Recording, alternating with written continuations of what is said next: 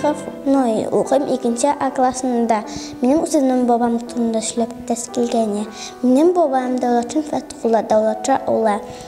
1903 жылның 14 октябрында дүниеға келі. Менің бабайым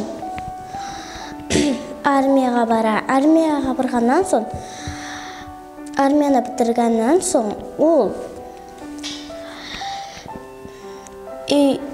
өзінің ауылына қайтып, ғайланы құрып, тыныш қана яшаганда, Бүйік Отан соғышы башлана.